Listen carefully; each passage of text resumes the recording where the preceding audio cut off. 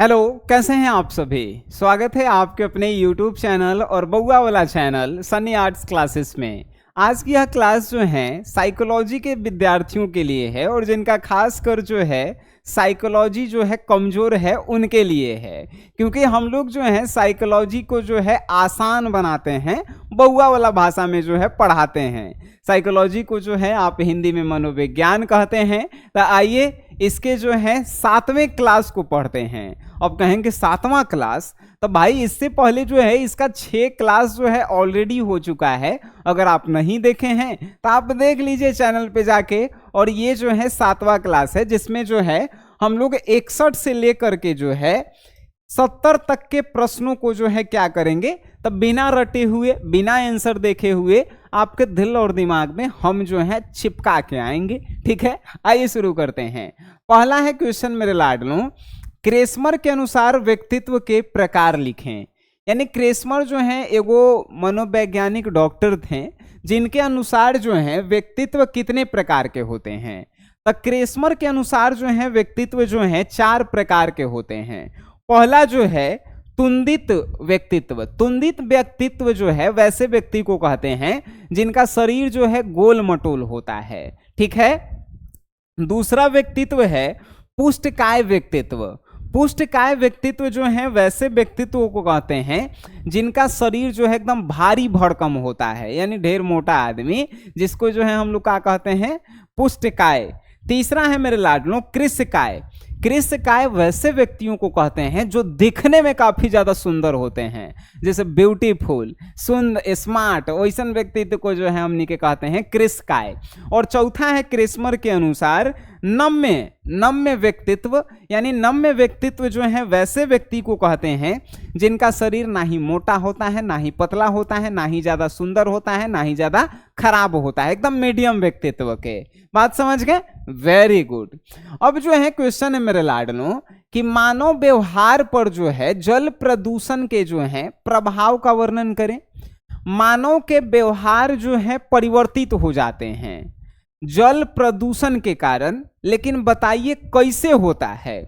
तो अगर कोई मानव जो है प्रदूषित जल पिएगा तो उसके व्यवहार में परिवर्तन आएगा ही आएगा।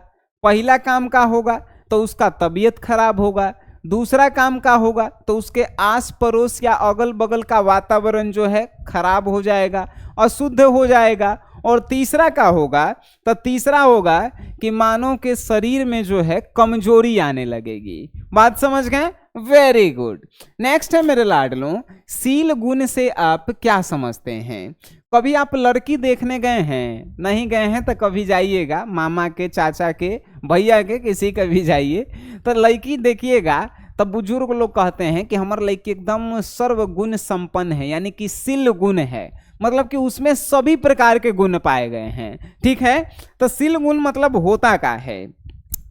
तो मानव के व्यवहार में जो है अगर जो है सच्चाई दिखाई देवे, अगर वो व्यक्ति सामाजिक होगे, मदद करने वाला व्यक्तित्व होके, अगर जो है वो व्यक्ति जो है किसी के दर्द के, किसी के दुख को समझता है, तो उस व्यक्ति को जो है हम लोग कहेंगे कि एकदम शील गुण, कहने का मतलब सर्वगुण संपन्न है। ठीक है। यानी शील गुण वाले व्यक्तित्व से मेरा कहना यही है कि शील गुण से हम यह समझते हैं कि किसी व्यक्ति के अंदर अगर जो है सच्चाई हो, परोपकार यानी मदद करने की जो है उनमें गुण हो, और किसी के दुख सुख को समझने के गुण हो, तो उसे ही हम लोग कहते हैं शील गुण। ठीक है। नेक्स्ट है क्वेश्चन, आत्महत्या के रोकथाम के उपाय बताएं। आप सुने होंगे कि फलना स्टूडेंट आत्महत्या कर लिया, फलना में जो है लड़की या फलना लड़का या फलना महिला या फलना पुरुष जो है आत्महत्या कर लिया। तो ये बढ़ रहा है आत्महत्या। तो इस आत्महत्या के रोकथाम के जो है कोई उपाय नहीं है? बिल्कुल उपाय है। अगर आपके मन में भी जो है आत्महत्या के ख्याल आते हैं तो सबसे पहले जो है आप अपने दोस्तों के साथ जो है बैठिए। ठीक है। कहीं पे घूमने जाइए। दूसरी काम कि अपने दुख को जो है अपने सबसे विश्वासी मित्र या अपने माता पिता के साथ जो है शेयर कीजिए। और तीसरा सबसे चीज कि आप जो है कुछ मोटिवेशनल कहानी सुने, कुछ मोटिवेशनल वीडियो देखें या मोटिवेशनल जो है फिल्म देखें, लेकिन जो है ये 3 काम जरूर कीजिए। अगर आपके मन में जो है आत्महत्या के ख्याल आ रहे हैं तो आपको अकेले नहीं रहना है। आपको जो है अपने माता पिता या अपने सबसे करीबी दोस्तों से अपने दुख को शेयर करना है, अपने जो है दोस्तों के साथ घूमना फिरना है, बातचीत करना है, मोटिवेशनल वीडियो या मोटिवेशनल कहानी सुनना है, तब जो है आपके अंदर से जो है ये आत्महत्या का ख्याल जो है दूर हो जाएगा। ठीक है, और इसी तरह जो है हम लोग रोक सकते हैं। नेक्स्ट है मेरे लाडलों कि साक्षात्कार की अवस्थाएं क्या होती है। साक्षात्कार मीन्स होता है इंटरव्यू। इंटरव्यू जब आप देने जाइएगा तो इंटरव्यू की 3 अवस्थाएं होती है। पहली अवस्था में जो है इंटरव्यूअर जो है आपको सहज महसूस करवाता है, यानी सिर्फ आपसे नाम पूछेगा, पता पूछेगा और आपको जो है पूछेगा कि क्या आप बैठे हैं, कंफर्टेबल फील कर रहे हैं। तो ये जो है पहली अवस्था है। दूसरी अवस्था है कि इंटरव्यू जो लेता है वो आप पे प्रश्न दागना शुरू कर देता है। दागना मीन्स पूछना, आपसे लगातार जो है वो प्रश्न पूछने लगता है और आप जो है उसका जवाब देते हैं। तो ये जो है इंटरव्यू का दूसरा अवस्था होता है। तीसरी अवस्था होती है जिसमें इंटरव्यूअर जो है इंटरव्यू खत्म करके आपको सलाह देता है कि आप जो है सेलेक्ट हुए हैं, रिजेक्ट हुए हैं और आपको इंटरव्यू में जो है क्या और सुधार करनी चाहिए। ठीक है, तो 3 अवस्थाएं होती हैं इंटरव्यू का, साक्षात्कार का। नेक्स्ट है हरित गृह के प्रभाव का वर्णन संक्षेप में करें। कहीं आप अगर गांव से हैं या शहर से हैं तो कहीं आप देखे होंगे कि खेत में जो है या तो हरा पर्दा से जो है घेर करके जो है चारों तरफ से या ऊपर से भी जो है खेत को घेर दिया गया है, या शीशा से जो है घेर कर जो है चारों तरफ से खेत को घेर दिया गया है। आखिर क्यों? तो उसको हमनी के कहते हैं हरित गृह प्रभाव। होता क्या है कि जब जो है पर्यावरण में जो है या आकाश में या कहें तो ग्रह में या उपग्रह में कुछ ऐसी जो है चीजें होती है जो उस जो है खेत में जो बोया रहता है उसको नुकसान पहुंचाता है। चाहे एक और कारण है कि जब उस पौधा को अधिक गर्मी की आवश्यकता होती है तो उतना गर्मी जो है क्या करता है, तो सूर्य जो है नहीं दे पाता है।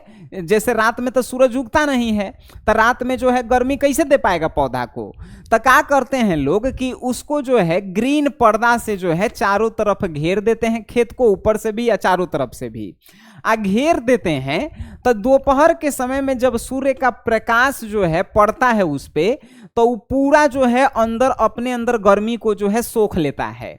जब रात हो जाती है, ठंडा के मौसम हो जाता है रात में, फिर भी जो है उसके अंदर जो है गर्मी बना रहता है और पौधों को जो है गर्म मिलते रहता है। तो उसे ही हमनी के कहते हैं हरित गृह प्रभाव। कहने का तात्पर्य है कि सूर्य के प्रकाशों को जो है पौधों तक पहुंचाने के लिए 24 घंटा जो हमनी के व्यवस्था करते हैं उसी को हरित गृह प्रभाव कहा जाता है।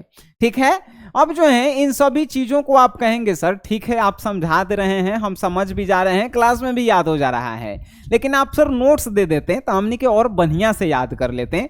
भाई इसके मतलब आप नए इस वीडियो को देख रहे हैं। आप जो है प्ले स्टोर से SGS क्लासेस एप्लीकेशन को डाउनलोड कर लीजिए और आप यहां से जो है नोट्स ले लीजिए। आपको साइकोलॉजी का ही नोट्स नहीं मिलता है, आपको history, political science, geography, sociology, home science, economics, Hindi, English सभी के जो है 2 नंबर वाले क्वेश्चन, 5 नंबर वाले क्वेश्चन और ऑब्जेक्टिव क्वेश्चन का आपको नोट्स दे दिया जाता है, जिससे जो है आपको जो है कोई भी समस्या नहीं होती है और आप 450 नंबर लाने के लिए जो है तैयार हो जाते हैं। नेक्स्ट मेरे लाडलो प्रश्न है कि समूह के कार्यों का वर्णन करें। समूह मीन्स होता है ग्रुप। अगर आप एक ग्रुप में हैं तो उसके क्या कार्य हैं? ग्रुप का कार्य है कि समाज की भलाई करना। दूसरा, जो ग्रुप का लक्ष्य है उसको प्राप्ति करने में दिन दुगुना रात चौगुना मेहनत करना, यानी कि कठिन मेहनत करना। और तीसरी कि समूह के सभी सदस्यों को जो है संतुष्ट रखना। ये समूह के जो है 3 कार्य हैं। समझ गए? चलिए, वेरी गुड। नेक्स्ट है मेरे लाडलों, पूर्व धारणा को परिभाषित करें। पूर्व धारणा मीन्स होता है कि किसी भी चीज होने से पहले आपके मन में जो है उत्पन्न होने वाली स्मृतियां, जैसे अगर आप सोच रहे हैं कि हमको सन्नी सर से मिलना है, सनी सर से मिलेंगे तो सनी सर के घर जो है एकदम महल लेखा होगा, सनी सर जो है एकदम राजा महाराजा की तरह जिंदगी जीते होंगे, सनी सर जो है ऐसे होंगे हौसे होंगे। मिले से पहले जो है आपके मन में जो धारणा बन रही है उसी को पूर्व धारणा कहते हैं। और जब आप हमसे मिलेंगे तो आपको लगेगा कि बे ऐसा नहीं सर तो हमरों से गैल गुजरल हैं, ठीक है। तो उस प्रकार की धारणा को ही जो है पूर्व धारणा कहते हैं। यानी कि किसी चीज की प्राप्ति से पहले ही आपके मन में जो इच्छाएं उत्पन्न होने लगती है, जो आपके मन में स्मृतियां बनने लगती है, उसी को कहते हैं हम लोग पूर्व धारणा, ठीक है। Very good. नेक्स्ट है मेरे लाडलो, मनोवृत्ति के कौन कौन घटक हैं वर्णन करें। मनोवृत्ति कहने का तात्पर्य है कि मन में उत्पन्न होने वाली अवस्थाएं। तो मनोवृत्ति के जो हैं कौन कौन से जो हैं घटक हैं, तो मनोवृत्ति के निम्नलिखित जो हैं 3 गो घटक हैं। पहला घटक है मेरे लाडलो भावनात्मक, यानी मन में जो है भावना का उत्पन्न होना। दूसरा है सूचनात्मक, यानी कि आपके मन में कोई सूचना नया जो है कोई सूचना उत्पन्न होना। और तीसरा है व्यवहारिक, यानी आपके मन में जो है व्यवहार उत्पन्न होना। हम आप इसको जो है एग्जाम्पल से समझ लीजिए। जैसे कि जो है मेरे मन में जो है आपके प्रति क्या भावना है कि आपका जो है हमको कैसा करके जो है बोर्ड एग्जाम में टॉपर लिस्ट में शामिल करवाना, ये जो है मेरी भावना है। दूसरा है सूचनात्मक, यानी कि उस टॉपर बनाने के लिए हम में जो भी है क्षमता, पढ़ाने की क्षमता, उसको सूचना के तहत आपको प्रोवाइड करवा देना। और तीसरी चीज है पढ़ाई के साथ साथ आपके व्यवहार को भी सुधारना, जो है मेरा कर्तव्य है कि आप संस्कार भी सीखें, किसी का कैसे इज्जत करना है, किसी का जो है कैसे बेइज्जत करना है, ये भी जो है हम आपको सिखाएं। बात समझ गए? Very good.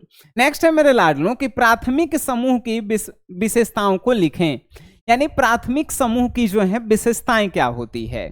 तो प्राथमिक समूह की जो है निम्नलिखित विशेषताएं होती है।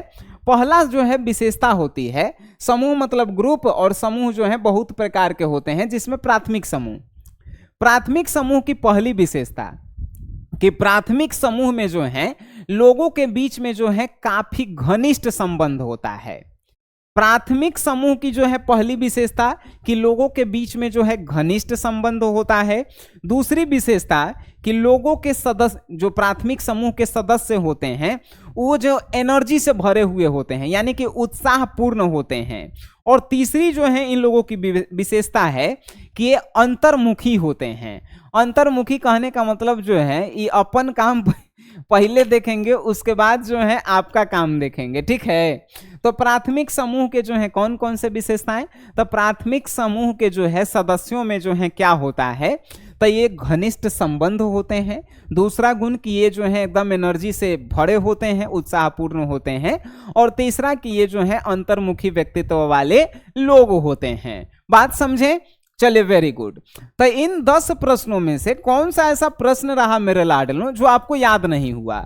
अगर किसी कारणवश आपको याद नहीं हुआ है, आप इस क्लास को जो है दोबारा देख लीजिए, ठीक है। और आप जो है SGS क्लासेस ऐप को डाउनलोड कर लीजिए, नोट्स ले लीजिए। बाकी जो है आपका सब खेला जो है, जितना दुख दर्द है सब दूर हो जाएगा और आप जो है परीक्षा के लिए बेहतर तैयारी कर पाएंगे। तब मिलते हैं हमनी के नेक्स्ट क्लास में। तब तक के लिए टाटा, बाय बाय, धन्यवाद।